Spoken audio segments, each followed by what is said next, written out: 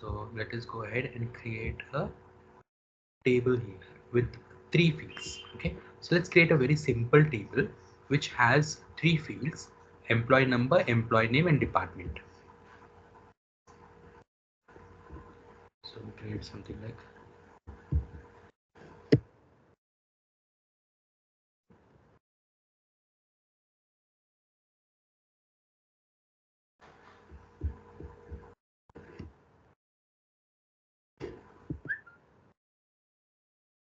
employee number, name, and department. We'll go for just 3 fields.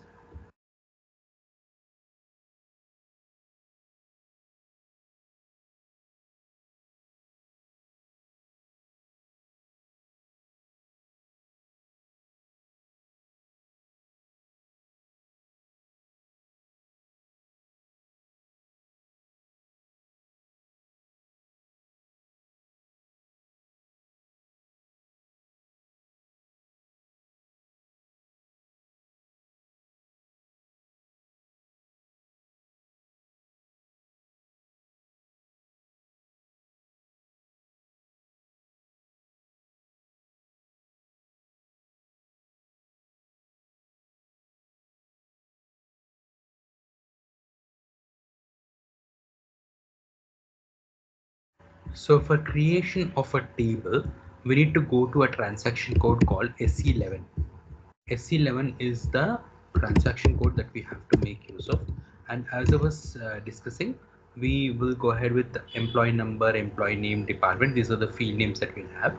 And table name should always start with Z. Just like the program name starts with Z, the table name also should start with Z. So I'll go for ZVA underscore EMP 0302, something like that. That's the table name. And then we'll go ahead with employee number, employee name, department. Use these things.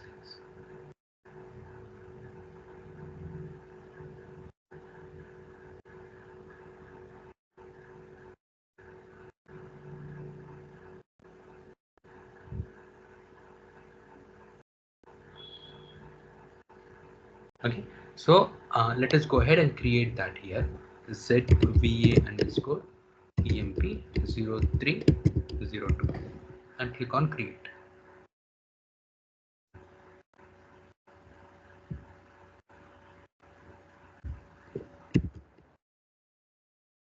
Data, so we can give any description. Description is not mandatory to be the same, so we'll just go for that. And then we'll go for this delivery classes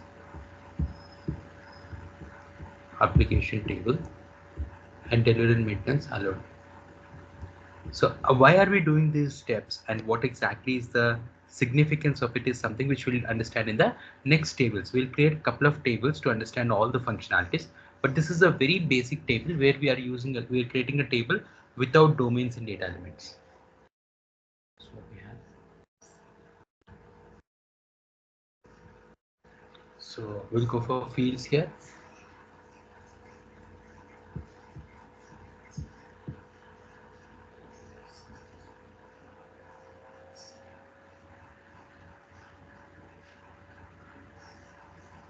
Okay, so here we'll go ahead with something like employee number.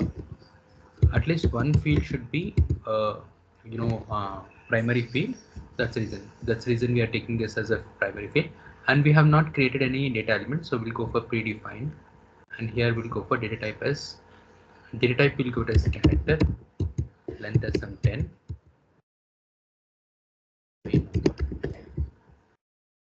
We'll go for employee name.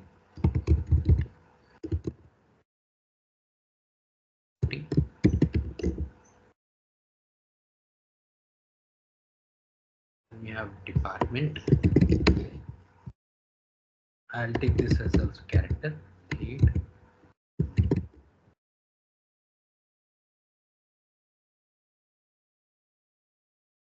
Save the local object and activate.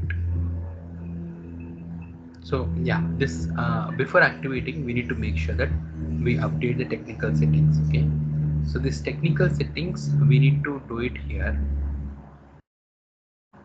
So we need to click on technical settings here, and then we need to update these technical settings. We have got this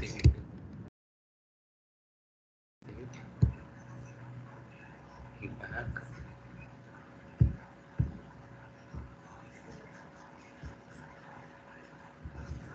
Warnings now. This is what we have.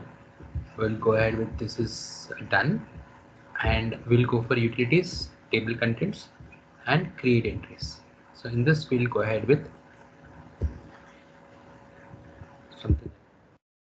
So employee name is J, department is SAP, and click on save. Again, 1001, employee name is department is SAP, click on save. So we've got 2 records here, and we can go for more number of records as well. But if you go for utilities, table contents, and display, you can see this data.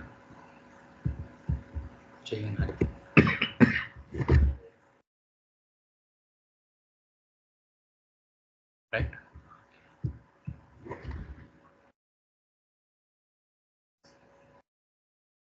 Now in this, we are not creating any domains and data elements. We are not creating any details in this particular scenario. So basically, if you see the standard tables, let's go and explore the standard table KNA1. Now in this, you will not see the properties entered directly. There is something called data element. Okay, so we've got a field and we've got the data element. Got a field and we've got a data element, and that data element is actually giving all the properties here. Okay. So field names are here, data element is here, data details are all here. This is what we have.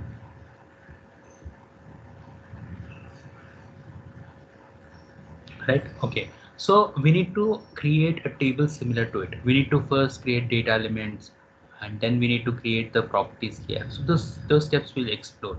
And if you observe, there is also a field called amenity at the very beginning, right? So this, why are we having this? What exactly is the significance of it is also we'll understand those things.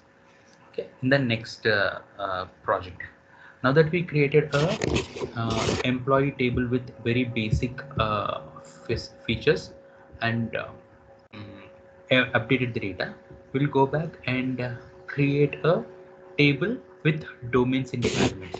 So this table happens to have a very basic level of functionality, but we'll go ahead and create it with the domain data element.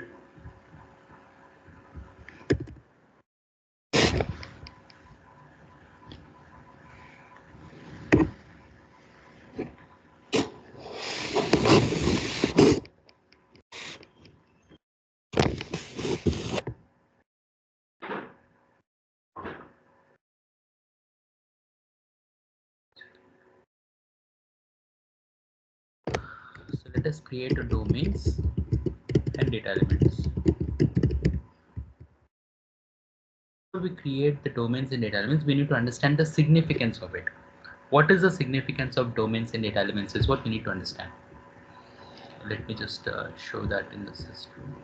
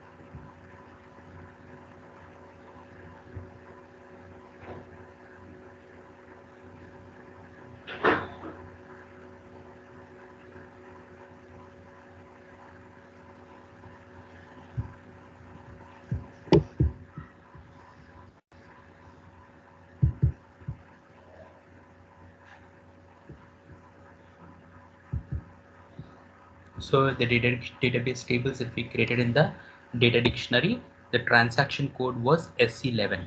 Okay, so we'll go ahead and use.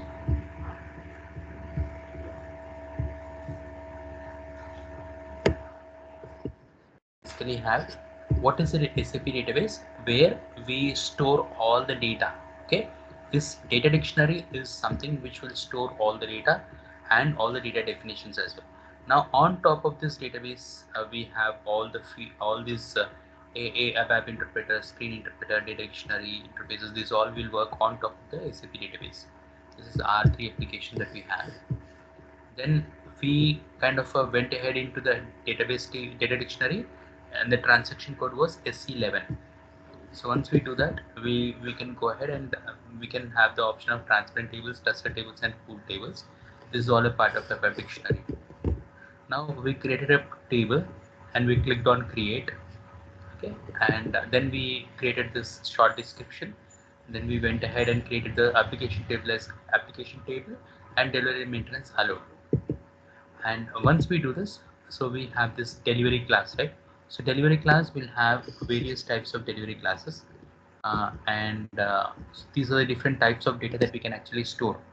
We can store master data, transaction data, system data, and configuration data. These all data we can store in the table. So we just normally created a field of type some field data type and length. So we didn't create the data element, so we just directly updated the properties. And how did we update that? We clicked on the predefined type and then we entered this values here. Okay. So going forward, we need to create the domains and data elements, and what exactly are these domains and data elements is what we need to understand. And after that let's come back and discuss more in detail about the database tables. Is my voice clear, audible, or do you want me to use an external mic?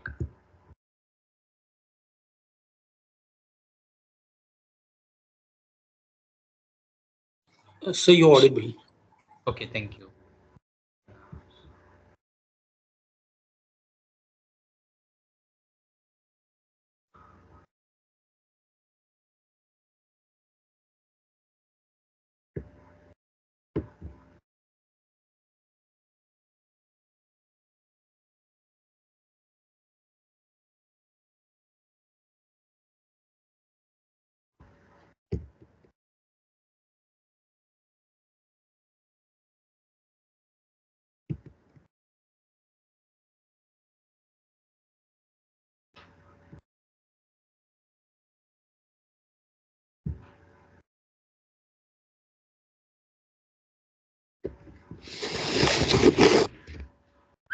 One second, I'm opening the notes here.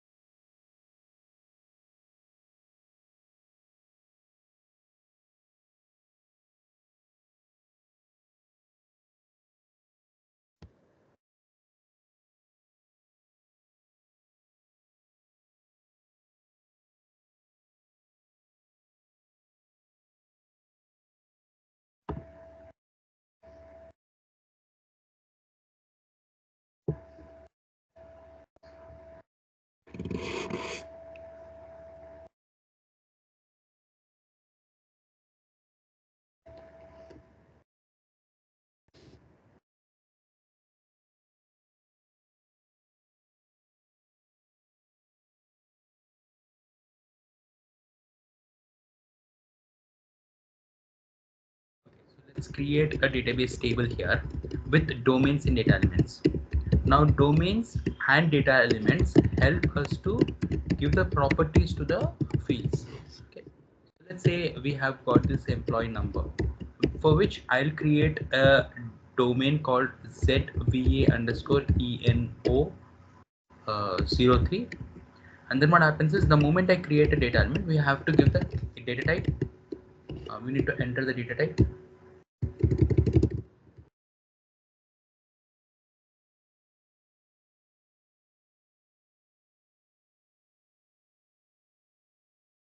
We need to create the data type at length.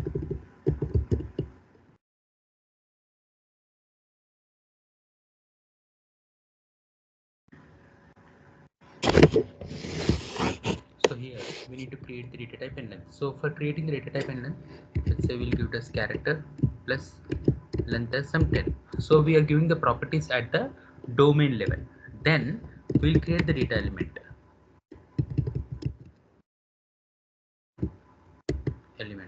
So this data element will have the data type domain plus text, domain plus text. This is what we'll do. Domain plus text is data element. So we'll go ahead and do that. Okay, so we first create a domain and then we create a data element with domain plus text. This is what we have. So now what is domain plus text? So in text we normally have short text, medium text and long text. So these text will be useful when we are displaying the data in the reports. So automatically the headings will come based on this text that we are using here. We're going to discuss that further in the future sessions, but this is what we are going to do. Right? So let's go ahead and do that now.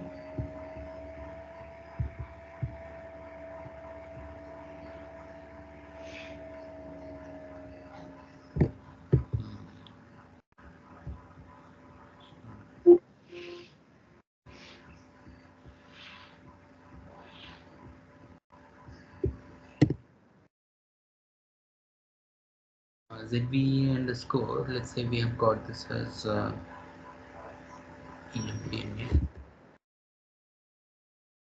EMP 0302 create.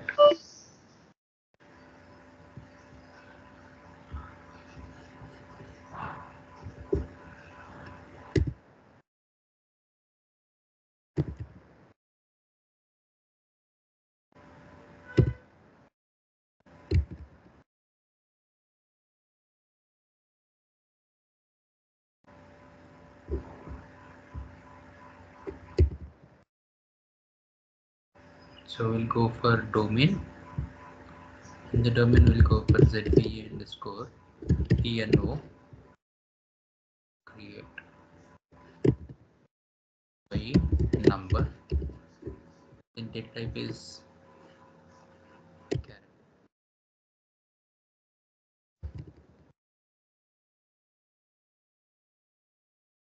Activate.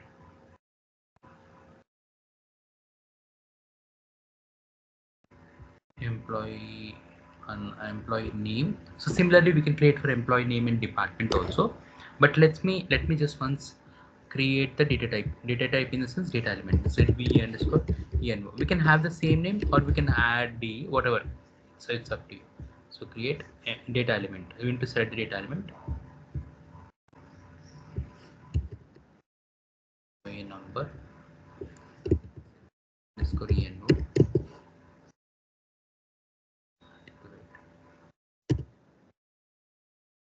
So this maintain fields will be there. So these fields have to be maintained. So this will popped up for that particular field in the headings. So we'll go for employee number.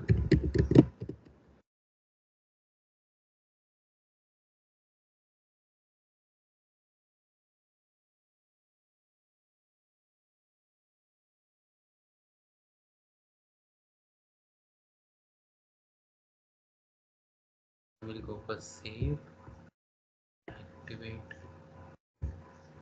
update. It's been done.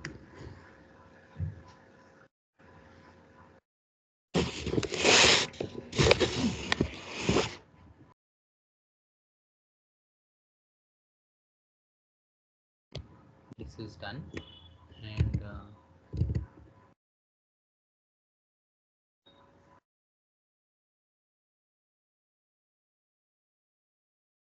we'll go for database table. So go for ZBA underscore. Okay. So,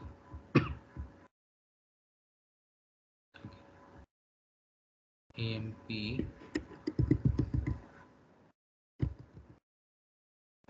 create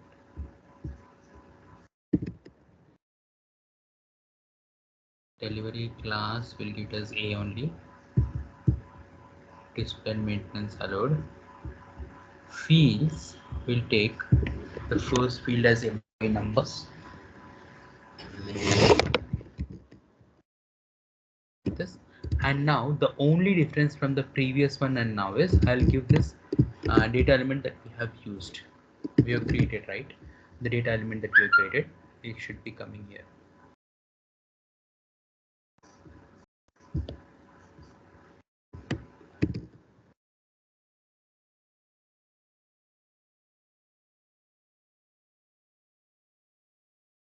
This is not created, right? So these properties will not come. Let's go back and create that and come back here.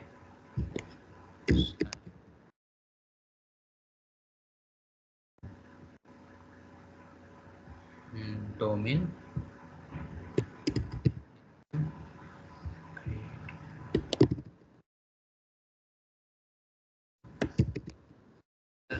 this something 20, activate, back, they take NA, element, create, data element, by name, VA underscore NA, field labels, 10.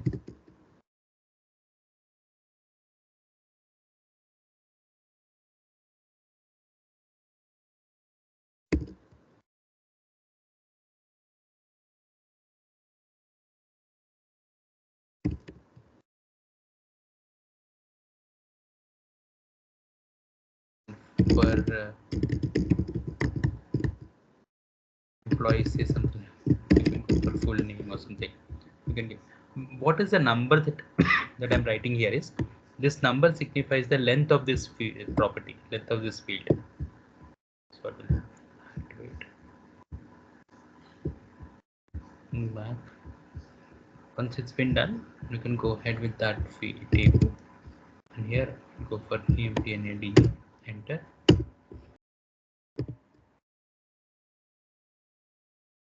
Properties automatically will come. We have got the department, Z underscore people underscore.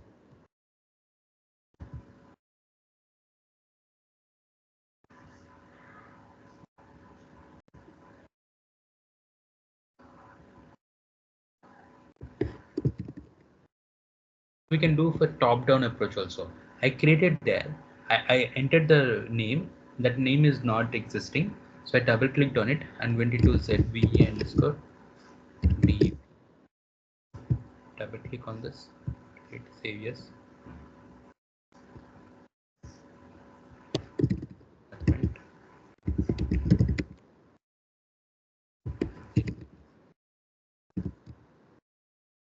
It's 10. Activate. Back. This field labels will give us something around 10.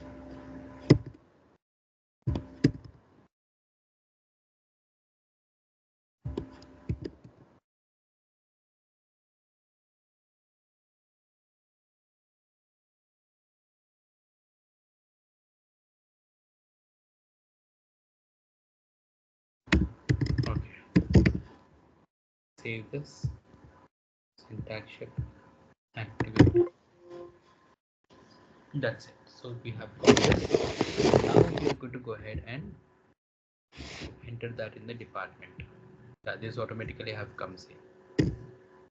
This have automatically come. So just now we need to go to the technical settings.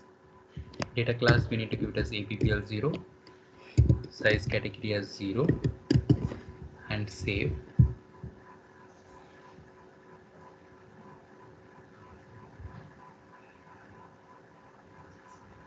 This why are we giving this APPL00 also? We'll discuss that. Okay, just do that.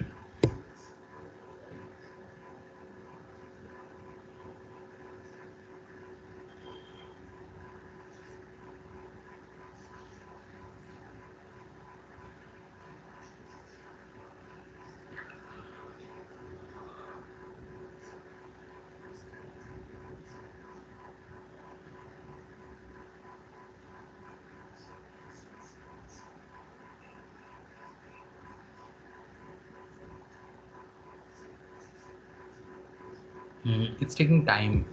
It actually doesn't take that much time. Maybe you have to log in again.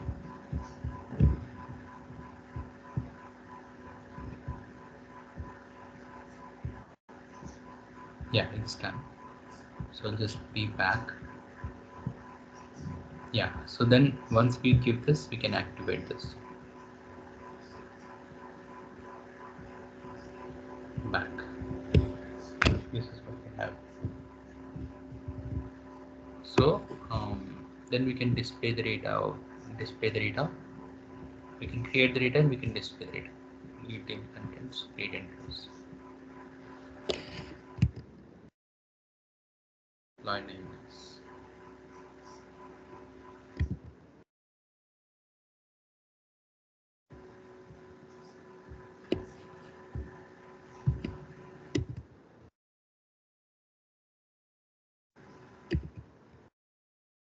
Okay. So we are entering some records here. Entries, table contents, display. So we have all these records here.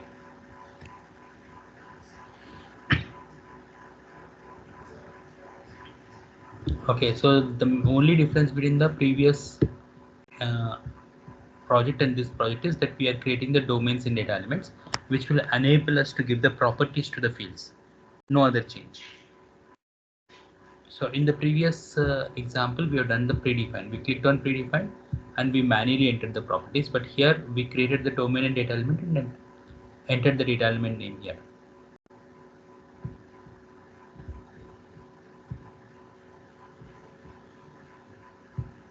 Fine. So if you're clear with this, we can go ahead with the one more concept of client specific.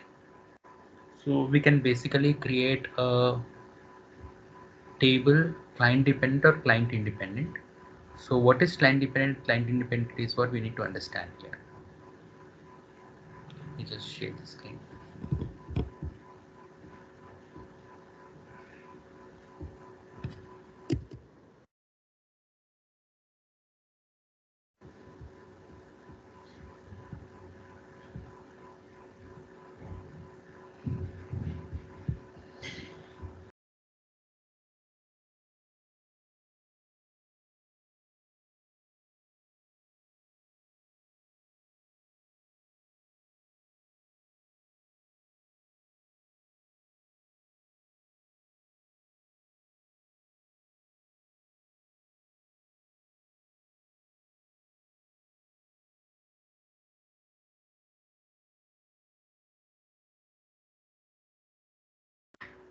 So whatever we enter the data here goes back and gets saved in the backend in the table.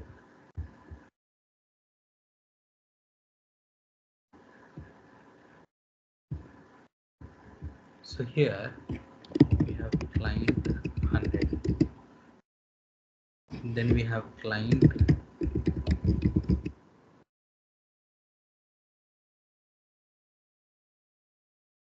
This way we'll have the clients, and the common thing that we have is database table. So database table will be there here. Database. Basically we'll have the database. So on top of database, partitions inside the database is client. Okay. So now what happens here is like you can actually maintain the data at the database level where like the server level. This is a server level. If you maintain the data here, the data that you maintain in a table here can be seen in all the clients. But if you maintain the data in a particular client, then that can be seen only in that client.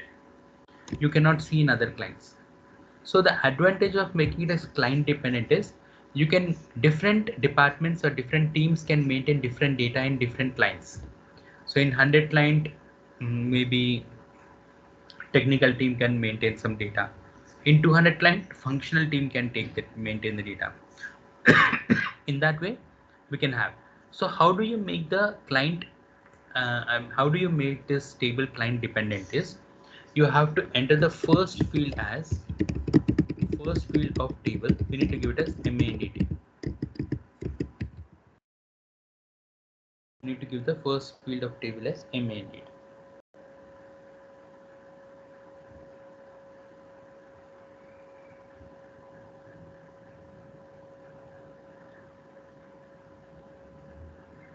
So let's do that now.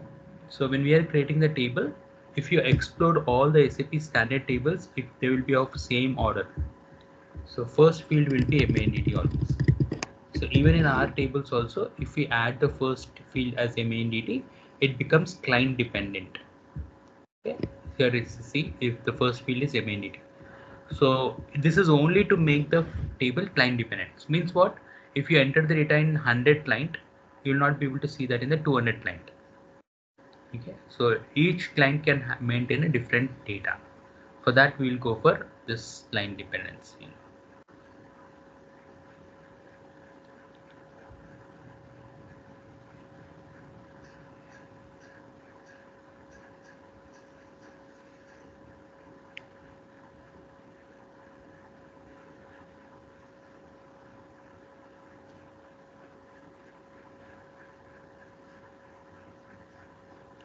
Fine. So we have a lot of features that we have to explore in the table.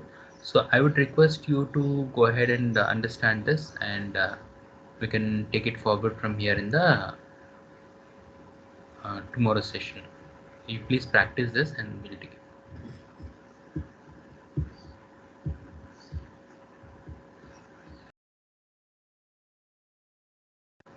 Okay. Good night, everyone. We'll take it from here in tomorrow's session.